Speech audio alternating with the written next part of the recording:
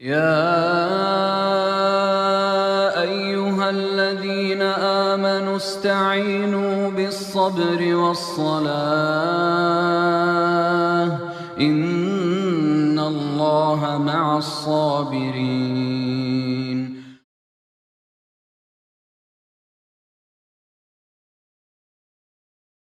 السلام علیکم ورحمۃ اللہ وبرکاتہ.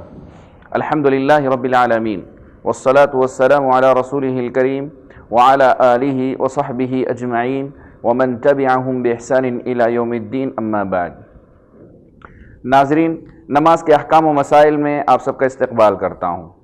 آج کا موضوع ہے، اگر کوئی انسان اپنی نماز کے لیے آڑ لے لیتا ہے، بچاؤ لے لیتا ہے، اور اس بچاؤ کے بعد سے یعنی اس بچاؤ کے آگے سے کوئی گزر جائے تو کیا نمازی کو نقصان ہے؟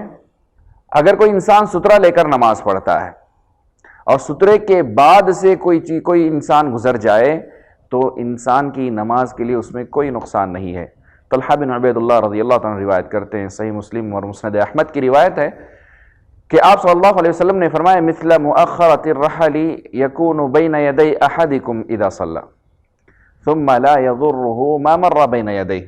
تم میں سے کوئی جب نماز پڑھے تو پالان کے پچھلے حصے، یعنی پالان کہتے ہیں جیسے میں نے آپ کو بتایا کہ انسان سواری پر بیٹھنے کے لیے جو چیز رکھتا ہے اس کے پچھلے حصے کی جو مقدار ہے، اگر اتنا کوئی چیز اپنی نماز کے آگے رکھ لے، پھر اس کے بعد کوئی شخص اس کے آگے سے گزر جائے، یعنی نمازی اور اس کے درمیان سے نہیں، اس کے بعد سے اگر کوئی انسان گزر جائے، لا يضره ما مر بین یدیہ، جو بھی چیز گزر جائے انسان کی نماز کے لیے اس سے نقصان نہیں ہے. لہذا آڑ اور نمازی کے درمیان گزرنا نہیں ہے، اس کے بعد سے جو بھی چیز چلی جائے تو کوئی نقصان نہیں ہے.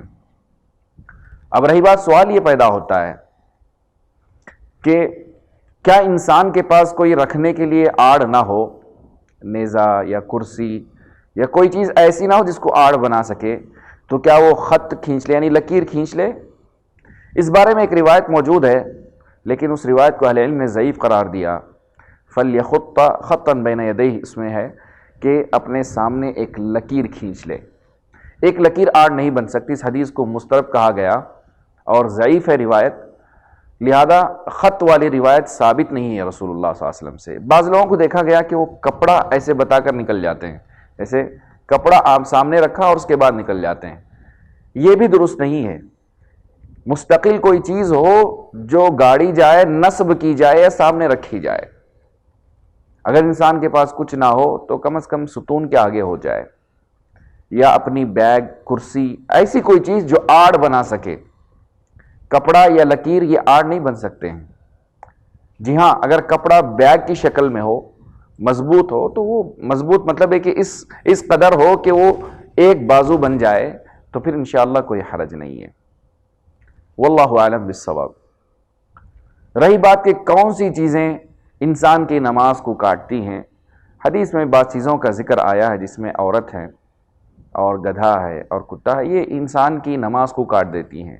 اس کے علاوہ کوئی بھی چیز گزر جائے انسان کی نماز پر اس کا کوئی فرق نہیں پڑتا، لیکن انسان کو روکنا چاہیے جانے سے. واللہ اعلم بالصواب.